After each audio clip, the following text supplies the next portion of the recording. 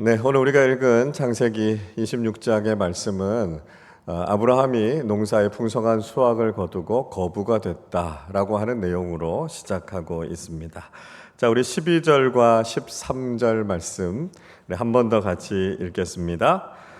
이삭이 그 땅에서 농사하여 그 해에 100배나 얻었고 여호와께서 복을 주심으로 그 사람이 창대하고 왕성하여 마침내 거부가 되어. 자, 그때 그 땅에서 이삭이 농사를 지었고요. 100배의 수확을 거두었다. 하나님께서 그의 인생을 창성하게 하고 복되게 하셨다. 그렇게 말씀하고 있습니다. 자, 이것은 이삭이 누린 복이기도 했지만 사실 아버지였던 아브라함이 누렸던 복과도 비슷한 것이지요. 창세기 13장 2절에서 이렇게 말씀합니다. 아브라함에게 가축과 은과 금이 풍부하였더라. 말씀하고 있습니다. 하나님께서 아브라함의 인생에도 복을 주셔서 그의 소유가 풍성해졌다. 그렇게 말씀하고 있습니다. 그런데요, 이삭이 거부가 됐다라고 하는 내용이 갑자기 뜬금없이 지금 나오고 있습니다. 여러분, 지난번에 살펴봤던 말씀, 바로 앞에 있었던 말씀이 어떤 말씀이었는지 기억이 나십니까? 그랄 왕이었던 아비멜렉이 이삭을 소환하지 않습니까? 그리고 이삭에게 따져서 묻죠. 왜 정직하지 않았느냐고? 왜 바르게 이야기하지 않았느냐고요? 자칫하면 자기 민족 중에 한 사람이 내 아내를 취할 뻔한 큰 잘못을 저지를 뻔했다. 불만을 토로하지 않습니까? 그리고 나서 갑자기 오늘 본문에서 아브라함에게 복을 주셔서 이삭에게 복을 주셔서 거부가 되게 하셨다. 이렇게 말씀하고 있습니다. 뭘 추측해 볼 수 있습니까? 그 사이에 뭔가 이야기가 빠져 있다라고 하는 걸 여러분 추측하실 수 있으시죠? 자, 무슨 이야기가 빠져 있겠습니까? 우리가 정확하게 알 수는 없습니다. 성경이 생략하고 이 스토리를 적고 있기 때문에 정확하게 알 수는 없지만 아마도 이삭이 자신의 잘못을 깨달았겠죠. 그리고 아비멜렉에게 진심으로 사과했을 것입니다. 미안합니다. 내가 신앙인으로서 좋은 모습, 올바른 모습을 보이지 못했습니다. 사과하지 않았겠습니까?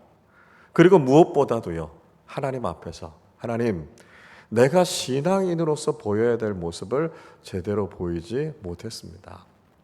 하나님, 제 잘못을 용서해 주십시오. 저의 연약함과 부족함을 용서해 주십시오. 하나님 앞에 회개하고 그의 인생이 새로워지는 과정이 그 앞에 이야기에 빠졌겠다라고 하는 것을 추측할 수 있는 거죠. 아브라함의 인생에서도 마찬가지였을 겁니다. 물론 그것도 성경에 기록되어져 있지 않지요. 아브라함이 기근을 피해서 애굽에 내려갔다가 자신의 아내인 사라를 향해서 여동생이라고 속이지 않습니까? 그리고 바로로부터 상당히 많은 예물을 받아 가지고 갑니다. 그렇게 돌아가면서 자기 자신이 얼마나 못났는가 하는 것을 생각하면서 아브라함이 자기 자신에 대해서 한탄하지 않았겠습니까? 그리고 그 위기의 상황으로부터 하나님께서 그를 건져주셨고, 그래서 애굽에서부터 다시 가나안 땅으로 올라오면서 아브라함이 그 마음에 다짐했겠지요. 다시는 신앙인으로서 이런 실수, 이런 잘못된 모습을 보이지 않겠습니다. 그리고 그런 삶을 살아갈 수 있도록 자신은 연약하지만 하나님께서 자신의 인생을 붙잡아 주시고 세워 주시도록 하나님 앞에 간절하게 기도하지 않았겠습니까? 여러분, 우리도 마찬가지라는 거예요. 우리가 신앙을 가지고 있다고 해서 우리가 굉장히 훌륭한 사람일 것이다, 그렇게 생각해서는 안 된다는 것입니다. 내가 20년, 30년 신앙생활 했다고 해서 그만큼 내 신앙이 깊어졌을 것이다, 우리 그렇게 생각할 수 있습니다.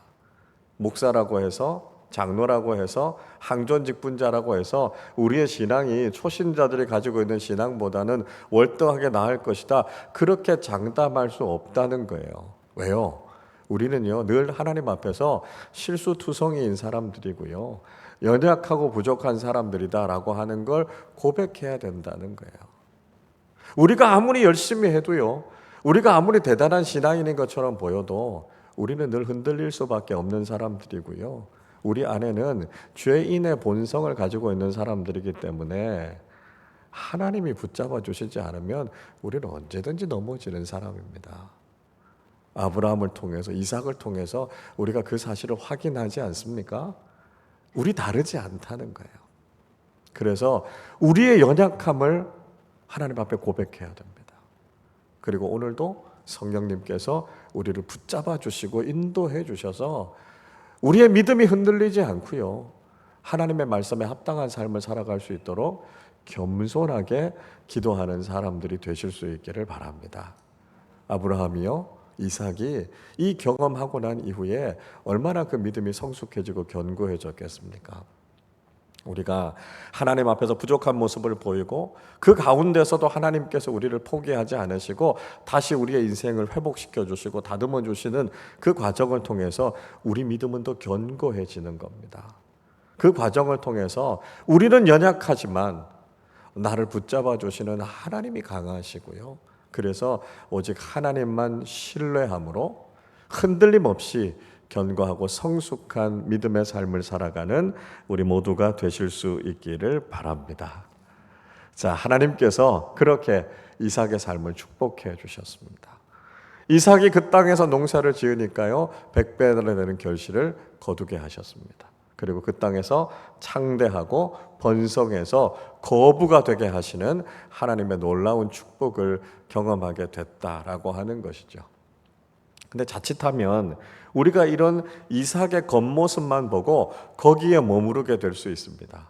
아, 이삭이 하나님의 말씀에 순종해서 부유해졌구나, 풍성해졌구나, 이것이 마치 이삭의 인생의 결론인 것처럼 생각할 수 있다는 거죠. 하나님 말씀 잘 듣고 그 말씀 따라 믿음의 길을 걸어가면 하나님께서 이렇게 복 주셔서 부유해진다라고 하는 것을 마치 우리 인생의 결론인 것처럼 생각하는 경향이 있다는 거예요. 여러분, 우리가 하나님께서 주시는 풍성함을 누리는 삶을 사는 것, 그것이 하나님께서 우리에게 주신 인생의 결론이 아니다라고 하는 걸 알아야 됩니다. 중요한 게 있어요. 하나님께서 이삭의 인생을 부유하게 하셨지만 하나님께서 이삭에게 주셨던 그 부유함은요, 그의 신앙생활에 있어서 시험거리가 되지도 않았고요, 걸림돌이 되지도 않았다는 거예요. 우린 이걸 볼 수 있어야 됩니다. 여러분, 적지 않은 사람들이 부유해졌고 세상적으로 많은 것을 가졌지만 오히려 그것 때문에 신앙이 약해지거나 신앙을 떠나는 사람들이 얼마나 많은지 모릅니다. 가난할 때는요, 가진 것이 없었을 때는요, 정말 겸손하게 하나님만 찾고 붙잡고 믿음 생활 잘 하셨던 분들이 부유해지고 많은 것을 가졌다고 생각할 때 오히려 신앙이 약해지고 흔들리는 경우가 있습니다.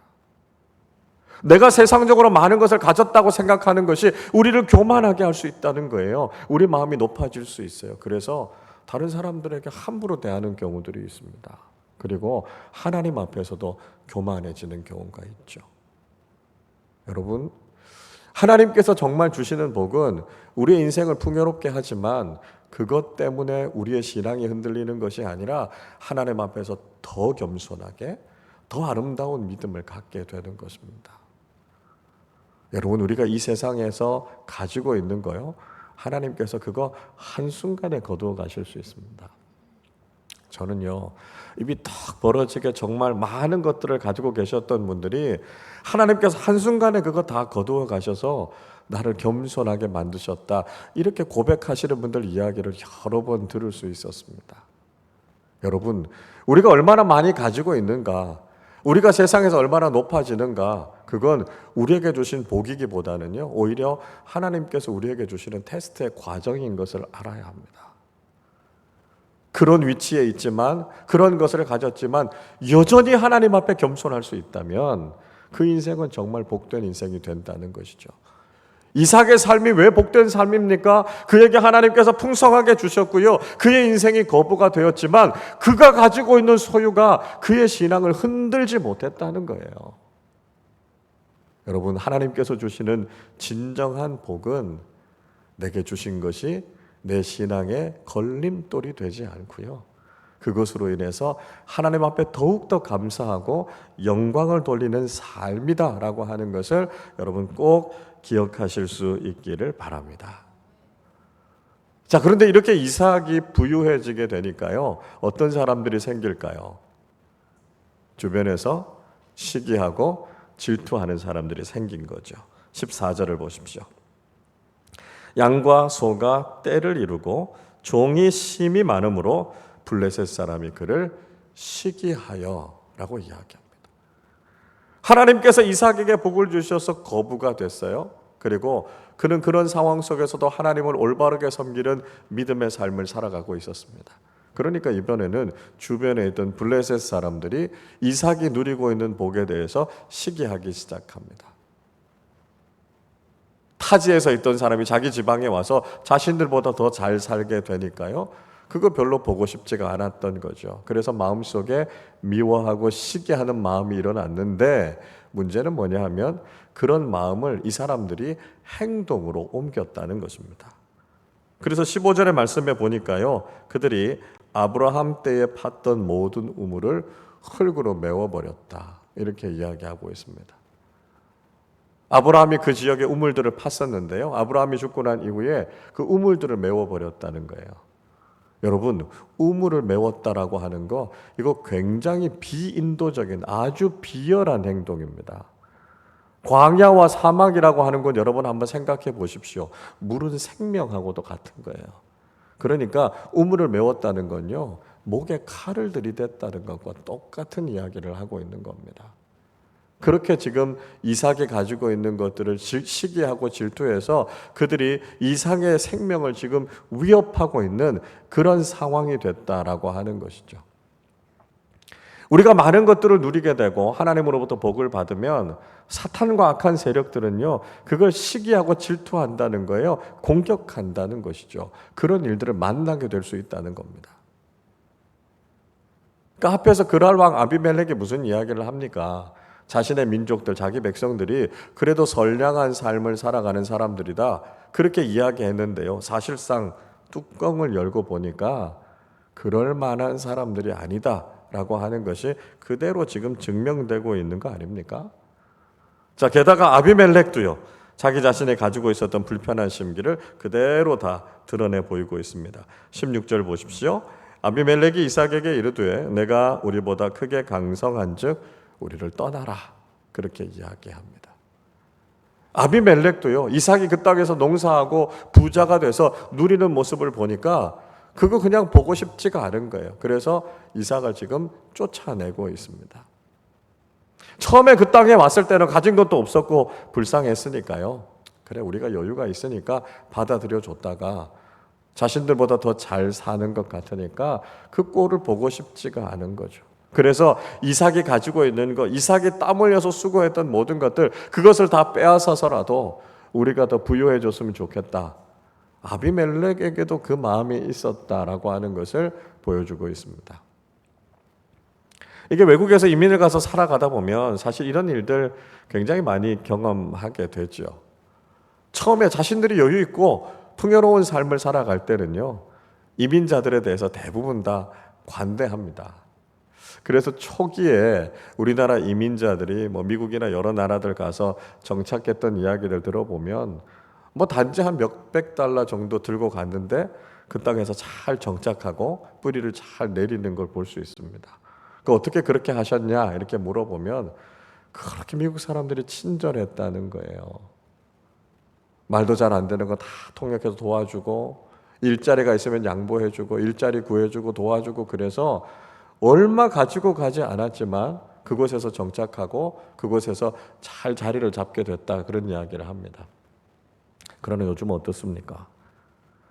미국 사람들도 살아가기 어려우니까요, 상황이 팍팍해지니까요, 오히려 이민자들 사람들에 대해서 얼마나 거칠게 대하는지 몰라요. 이민 정책이 점점 더 강화되어져 가죠. 이민자들을 홀대하는 일들이 일어나죠.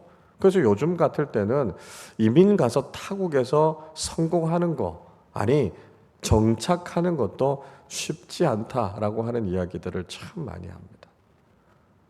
사람들이 여유 있을 때는요, 굉장히 친절해 보이고 굉장히 좋은 사람들인 것 같지만 막상 자신의 삶이 위기가 찾아오고 어려워지게 될 때 그때도 변함없이 다른 사람들을 향해서 친절하고 관대할 수 있느냐? 그러니까 그렇지 못한 것이 일반적인 사람들의 모습이다라고 하는 것이죠.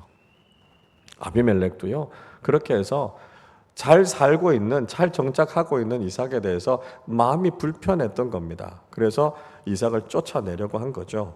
자, 이쯤 되니까 이삭도 아비멜렉의 주변에 머물고 싶은 마음이 없어졌습니다. 18절 말씀 같이 읽어보겠습니다. 그 아버지 아브라함 때에 팠던 우물들을 다시 팠으니 이는 아브라함이 죽은 후에 블레셋 사람이 그 우물을 메웠음이라. 이삭이 그 우물들의 이름을 그의 아버지가 부르던 이름으로 불렀더라 말씀합니다. 자, 그랄 왕이 다스리던 땅에서부터 그랄 왕이 거기 사는 걸 좋아하지 않으니까요, 그랄 골짜기라고 하는 곳으로 옮겨오게 됩니다. 그리고 그곳에서 정착해서 이제 장막을 치고 살아가게 되죠. 이삭의 입장에서는요, 사실 그동안 읽어왔던 모든 것들을 다 놓고 그 자리를 떠난다라고 하는 것이 그렇게 쉽지 않았을 겁니다. 농사지었던 모든 것들 다 수확한 것도 아니고요, 그 땅의 곡물들 다 그대로 심어놓은 상태에서 그저 가족들, 가축들 몸만 그렇게 빠져나왔을 테니까요, 상실감, 허탈감 이런 것들이 얼마나 컸겠습니까? 그러나 이삭이 그랄 골짜기로 옮겨오면서 그런 낙심하지 않았어요. 절망하지 않았어요. 아버지 아브라함이 팠던 우물을 다시 팝니다. 앞에서 우리가 살펴보지 않았습니까? 블레셋 사람들이 이삭이 잘 되는 것을 시기해서 우물을 다 메워버렸다고요. 그러나 이삭은 다시 우물을 파기 시작합니다. 그러면서 기도했겠죠. 하나님, 아버지 아브라함에게 주셨던 복을 나에게도 허락해 주십시오. 세상은 나를 미워하고 시기하고 나를 내쫓았지만 하나님은 나와 함께 하시니까요, 이곳에서도 하나님의 은혜를 부어 주십시오. 그리고 우물을 다시 팝니다. 그리고 그곳에서 물의 근원을 얻게 되죠. 원래 우물이 있었던 자리니까요, 그곳에서 물의 근원을 다시 얻게 됐습니다. 자, 그런데 문제는 무엇입니까? 이번에는 다시 그랄의 목자들이 와서 시비를 걸기 시작했습니다. 20절 말씀 보십시오. 그랄 목자들이 이삭의 목자와 다투어 이르되 이 물은 우리의 것이라 하매 이삭이 그 다툼으로 말미암아 그 우물 이름을 에색이라 하였으며.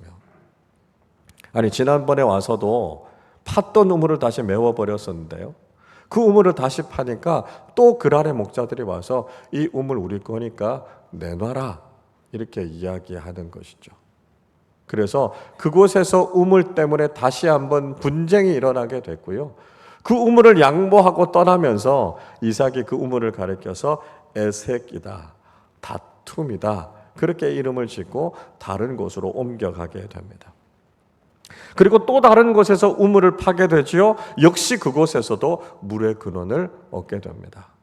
그런데 그랄의 목자들이 이번에도 가만히 있지 않고 거기까지 와서 방해하고요, 생떼를 씁니다. 그래서 또 그곳을 양보하고 떠나오게 되지요. 그리고 그곳의 이름을 신나라고요, 대적함이다라고 하는 이름을 붙이고 떠나오게 됩니다. 자, 이 정도 되면 그랄의 목자들이 참 해도 너무하다 그런 생각이 들지요. 그랄의 목자들이요, 이성적이고 지금 합리적으로 와서 이런 문제를 하는 것이 아니고요, 그저 이삭이 복을 받는 것을 방해하고 싶어서요, 억한 심정으로 지금 이런 일들을 하고 있는 것을 볼 수 있습니다. 자, 그러나 이삭과 그 일행들이 그 그랄의 목자들과 맞서서 싸우지 않았다는 거예요. 지혜롭게 그런 상황이 있으면 그런 상황을 피하고 양보했고요, 세상의 방식으로 다투거나 경쟁하지 않았다라고 하는 것이죠.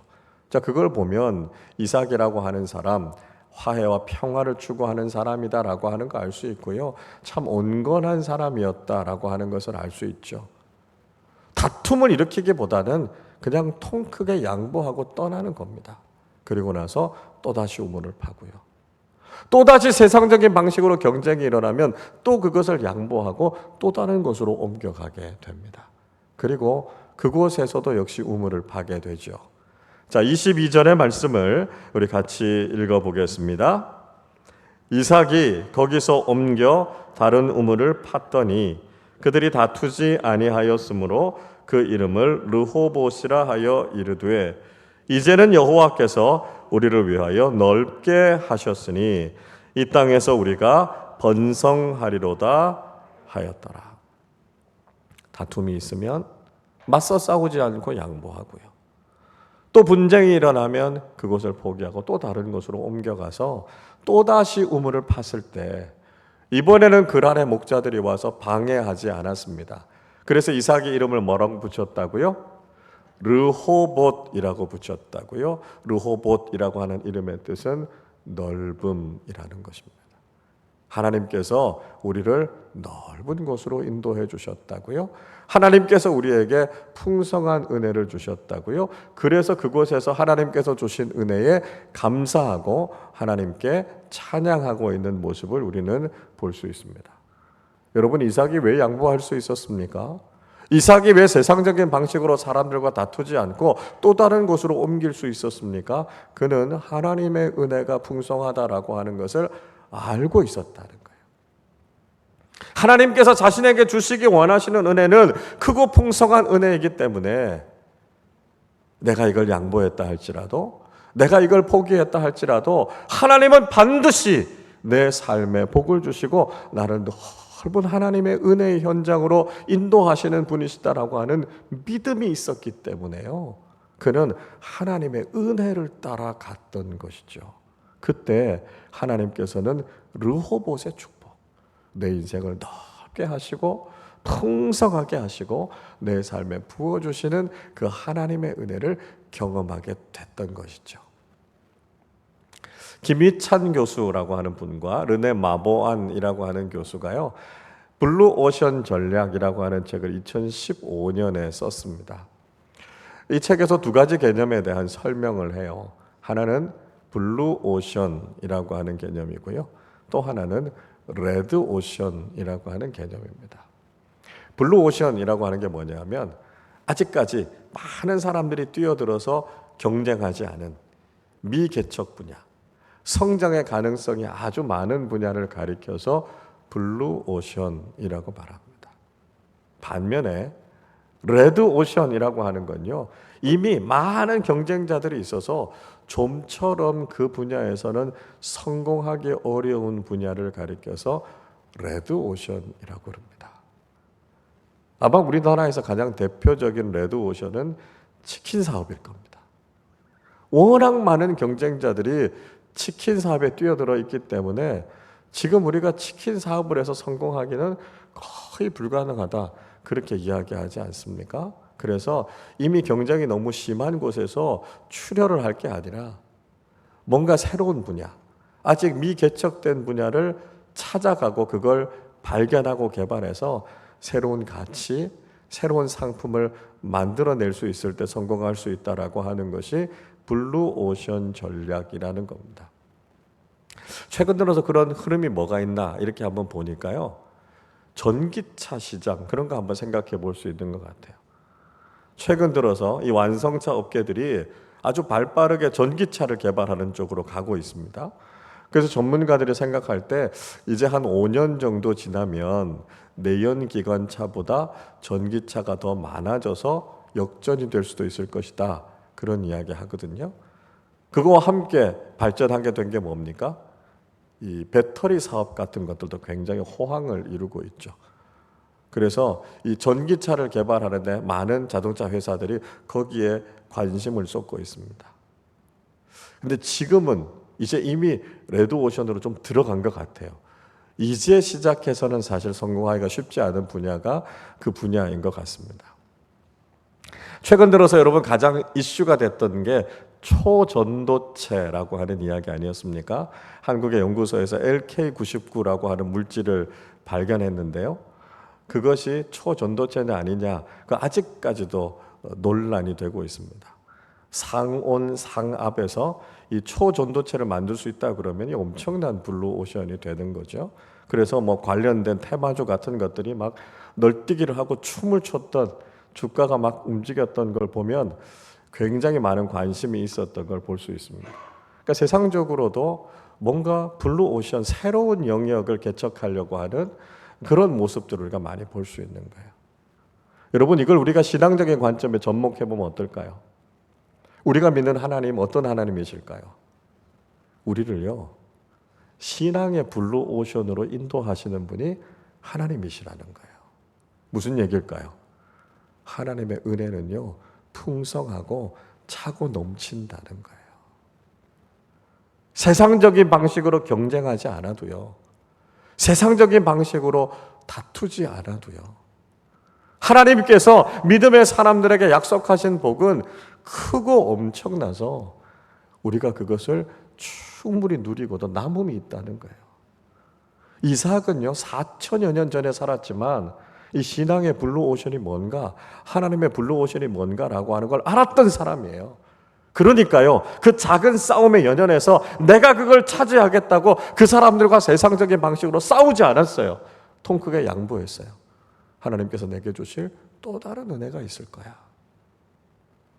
결국 하나님의 그 풍성한 은혜를 믿고 갔을 때 그는 결국 르호봇에 도달하게 된 겁니다. 아, 하나님께서 우리에게 약속하신, 예비하신 은혜가 이렇게 크고 놀랍구나라고 하는 것을 그가 깨닫게 됐던 것이죠.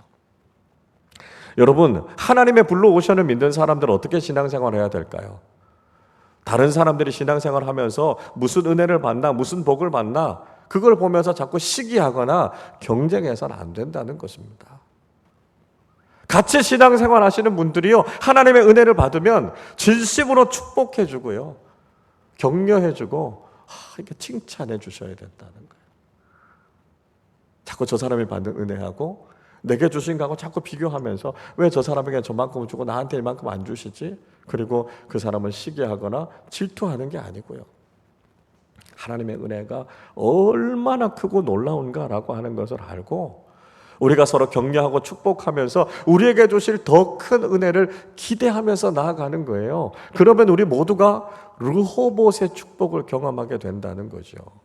세상 사람들처럼 서로가 가지고 있는 것을 빼앗으려고 하는 것이 아니라 우리 하나님이 얼마나 스케일이 크신 분이신지를 알고 하나님께서 주실 것을 기대하면서 우리가 나아갈 때 하나님께서는 우리에게 풍성한 은혜를 허락해 주실 줄로 믿습니다. 여러분, 한번 생각해 보십시오. 이삭이 가는 곳마다 우물을 팠는데요, 가는 곳마다 샘의 근원이 터졌어요. 거기는 광야입니다. 사막이에요. 물을 얻기가 쉽지 않은 곳입니다.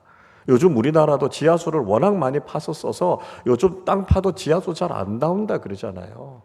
그런데 아주 메마른 사막이고 광야예요. 그런데 가는 곳마다 우물을 팠을 때 그들은 물의 근원을 얻었습니다. 이게 보여주는 게 뭘까요? 그 땅이 좋은 땅이어서 우물을 얻었던 게 아니고요, 하나님께서 그들의 인생의 물 근원이 되셨다는 거예요. 여러분, 우리가 이걸 믿을 수 있어야 돼요.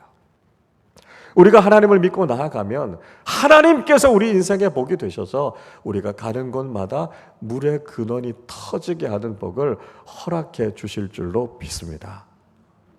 더 나아가서 궁극적으로는요, 우리가 천국이라고 하는 르호봇을 소망하면서 살아가는 사람들이죠. 우리가 이 세상을 살아가는 동안 우리가 모든 것을 다 가지지 못할 거예요. 다 누리지 못할 거예요. 우리가 양보하기도 하고요, 나누어 주기도 하고요, 그렇게 살아가겠지만 우리가 이 세상에서 그거 다시 얻지는 못할 겁니다. 그러나 여러분, 실망하지 마세요. 왜 그렇습니까? 우리는 하나님의 나라에서 그보다도 비교할 수 없는 영원한 은혜와 축복을 누릴 사람들이기 때문입니다. 예수님께서 우리에게 무엇이라고 약속하셨습니까? 지극히 작은 자 한 사람에게 냉수 한 그릇 대접한 사람, 천국에서 그 상급을 주님께서 잊지 않겠다고요. 우리가 이 땅에서 믿음으로 어떻게 살았는가라고 하는 거 하나님께서 다 기억하고 계신다고요. 믿음의 사람답게 양보하고 나누고 베푸는 삶을 살아갈 때 하나님께서는 천국의 상급 하나도 땅에 떨어지지 않고 하늘 보화로 쌓아주시겠다고 약속하셨습니다.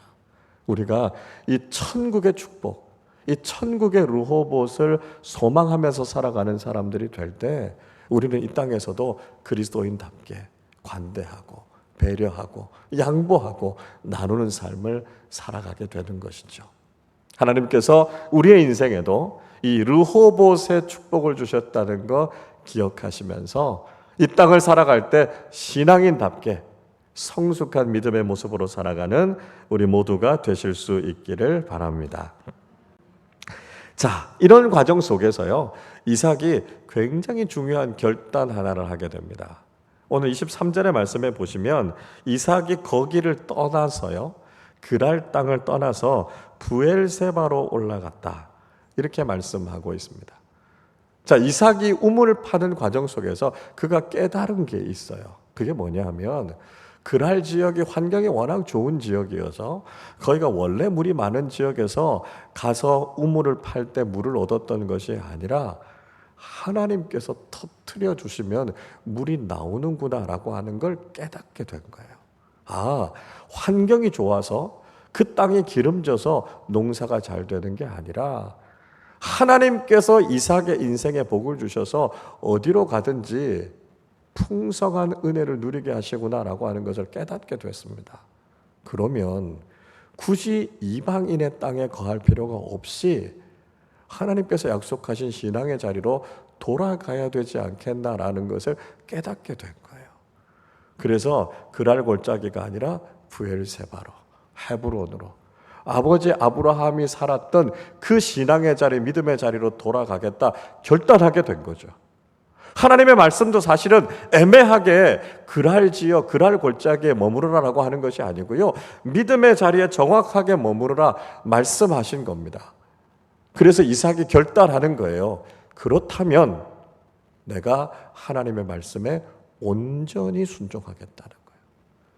믿음의 자리로 옮겨가겠다는 거죠. 하나님이 가장 기뻐하시고 하나님이 가장 원하시는 그 자리에 서서 믿음의 사람답게 살겠다, 이삭이 결단하고 브엘세바로 올라갑니다.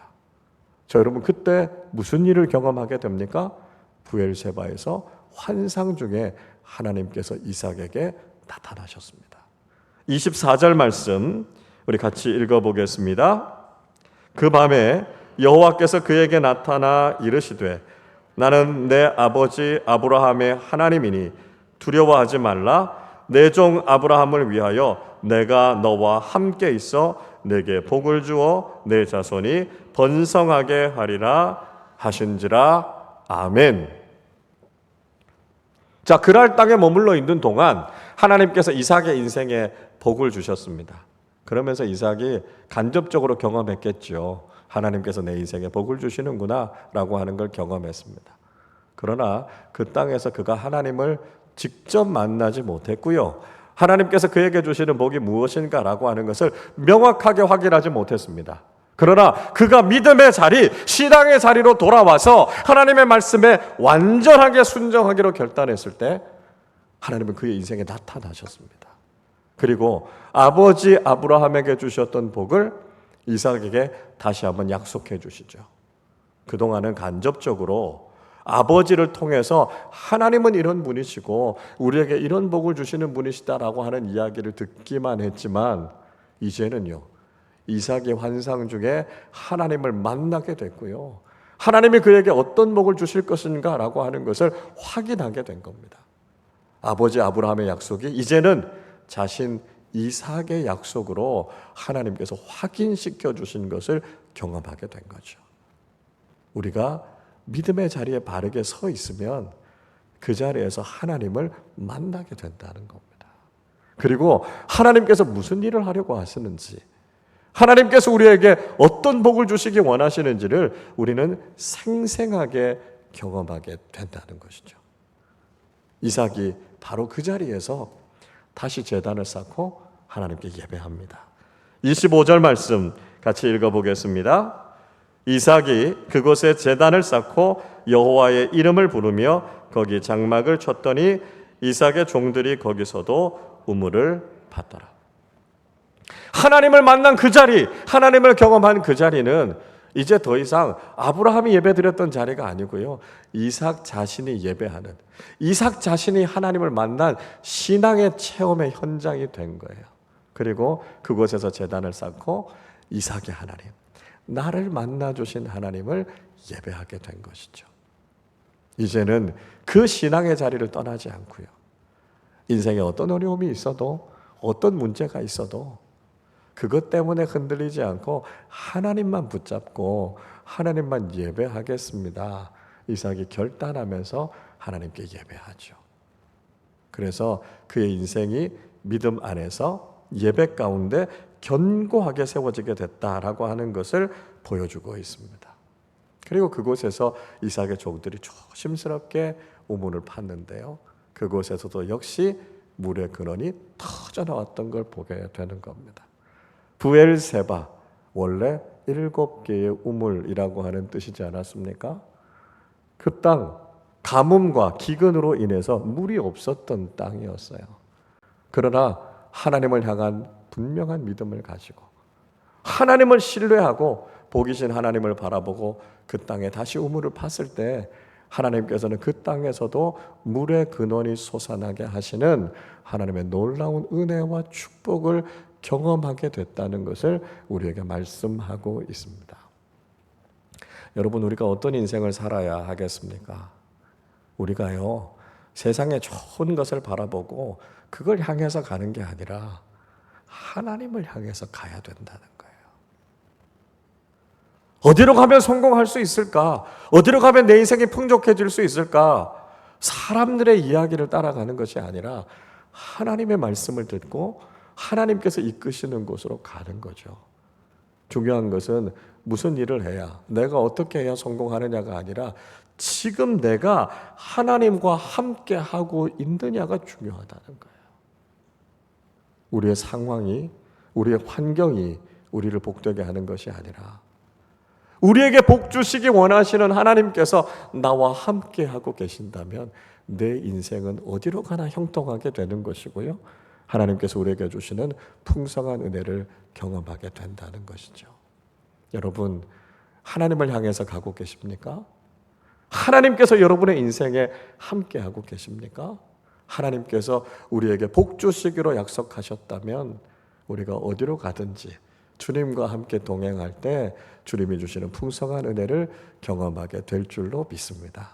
늘 주님과 함께 동행하면서 하나님께서 우리에게 주시는 르호봇의 축복, 풍성한 은혜를 누리고 나누며 살아가시는 믿음의 사람들이 되시기를 주님의 이름으로 축원합니다.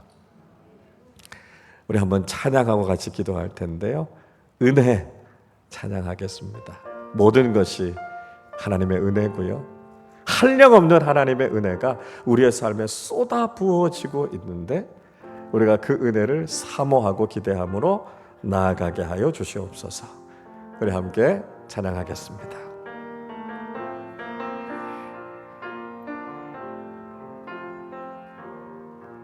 내가 누려왔던 모든 것들이, 내가 지나왔던 모든 시간이, 내가 걸어왔던 모든 순간이 당연한 것 아니라 은혜여서 아침 해가 뜨고 저녁에 노을, 봄의 꽃향기와 가을의 열매, 변하는 계절의 모든 순간이 당연한 건 아니라 은혜, 모든 것이 은혜, 모든 것이 은혜,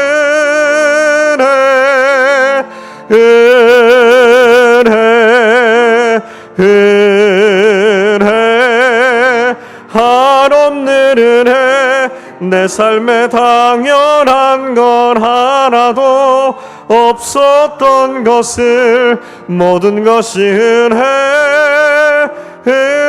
내가 이 땅에 태어나 사는 것, 내가 이 땅에 태어나 사는 것, 어린아이 시절과 지금까지 숨을 쉬며 살며 꿈을 꾸는 삶, 당연한 것 아니라 은혜여. 내가 하나님의 자녀로 살며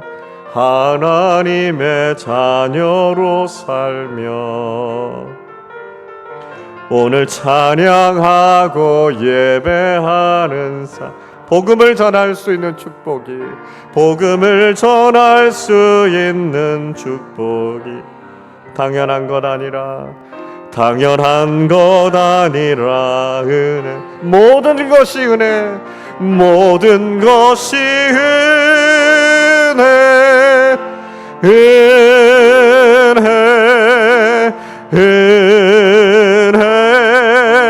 한없는 은혜. 내 삶에 당연한 건 하나도 없었던 것을, 모든 것이 은혜. 우리 다시 한번 고백할까요? 모든 것이 은혜, 모든 것이 은혜,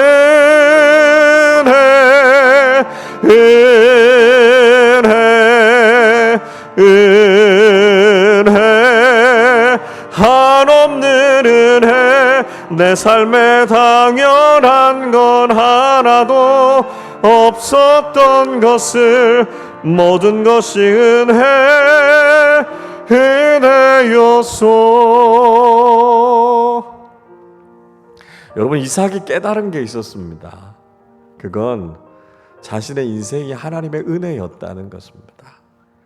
어떤 상황, 어떤 환경에 갔기 때문에 내가 복을 누린 것이 아니라 하나님이 나의 복이시고 모든 것이 하나님께 내게 베풀어 주시는 은혜라는 걸 알게 된 것이죠. 그렇기 때문에 이삭은 세상의 방식을 따라가지 않았고요, 하나님만 따라갔다는 것입니다. 이삭은 하나님의 은혜가 얼마나 풍성한가 하는 것을 알았습니다. 그래서 그는 르호봇이라고 하는 신앙의 고백을 하게 된 거예요. 여러분, 우리의 인생 속에도 하나님은 르호봇의 축복을 예비하고 계십니다. 우리가 그 하나님을 믿음으로 바라보고 하나님의 풍성한 은혜를 부어주시기를 믿음으로 간구할 때 우리의 삶에 넘치는 하나님의 은혜를 허락해 주실 줄로 믿습니다. 하나님, 우리의 인생에도 르호봇의 은혜를 허락하여 주옵소서. 우리 시간에 함께 합심으로 기도하겠습니다. 하나님 아버지, 그렇습니다. 모든 것이 하나님의 은혜입니다. 세상을 바라보며 세상을 따라가며 세상의 그 어떤 조건과 환경이 우리의 인생의 복이 되는 것이 아니라 하나님 그분이 우리의 복이심을 고백하며 하나님을 향하여 하나님만 바라보며 믿음으로 나아가는 우리의 삶이 되게 하여 주시옵소서. 하나님께서 우리의 인생을 향해 르호봇의 축복, 풍성한 은혜를 예비하고 계심을 믿음으로 고백하게 하여 주시고, 우리가 그 하나님을 신뢰함으로 믿음으로 나아가 르호봇의 복을 경험하기를 간절히 사모할 때 하나님 우리의 인생에 차고 넘치도록 부어주시는 하나님의 은혜를 경험하는 우리 모두의 삶이 되게 하여 주시옵소서. 세상의 작은 것들을 가지고 우리가 다투고 경쟁하고 시기할 것이 아니라 하나님께서 우리의 인생을 넓게 하시고 우리의 삶에 풍성하게 부어주시는 그 놀라운 은혜가 있음을 믿고 하나님을 향해 나아가 르호봇의 그 풍성한 은혜를 경험하며 살아가는 우리 아름다운 교회 모든 성도들 되게 하여 주시고, 하나님께서 복주시기로 약속하신 하나님의 자녀, 하나님 나라의 백성으로서 그 풍성한 은혜와 복을 누리며 살아가는 우리 모두 되게 하여 주옵소서. 사랑과 은혜가 풍성하신 하나님 아버지, 감사드립니다. 이삭이 있던 그곳에서 하나님께서 그의 인생을 번성하게 하시고 풍성한 복을 허락해 주셨던 것처럼 우리가 밟는 땅이 복되게 하시고 우리가 가는 그곳에서 풍성한 하나님의 은혜를 경험하게 하여 주옵소서. 세상의 그 어떤 환경과 조건이 우리에게 복이 되는 것이 아니라 하나님이 우리의 복임을 믿고 고백하며 살아가게 하여 주옵소서. 그래서 하나님만 바라보고 하나님만 따라가면 하나님께서 우리의 인생을 복되게 하시고 우리의 삶에 풍성한 은혜를 부어주실 줄로 믿습니다. 우리 모두가 그 좋으신 하나님, 그 놀라우신 하나님의 은혜를 기대하며 날마다 르호봇의 축복을 경험하며 살아가는 우리 모두의 삶이 되게 하여 주옵소서. 감사드리며 우리 주님 예수 그리스도의 이름으로 기도하옵나이다. 아멘.